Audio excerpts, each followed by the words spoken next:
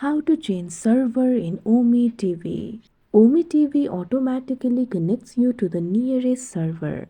So what you have to do is use the VPN in order to change the server. For that, first you'll have to download the VPN applications. Open Play Store on your device. Tap on the search icon that you can see at bottom. Tap on the search bar that you can see at top. Simply search for VPN.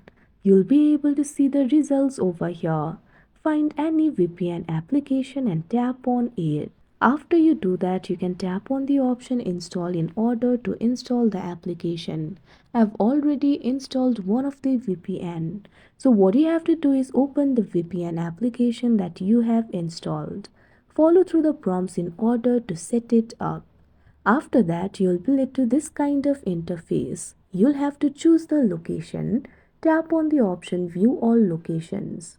Now tap on the location that you would like to switch to. Once you do that, tap on the Connect button. After the VPN is connected, you can open the OmeTV application. Now the server for OmeTV will be changed.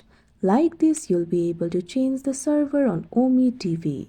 That's it for this video. Thank you for watching.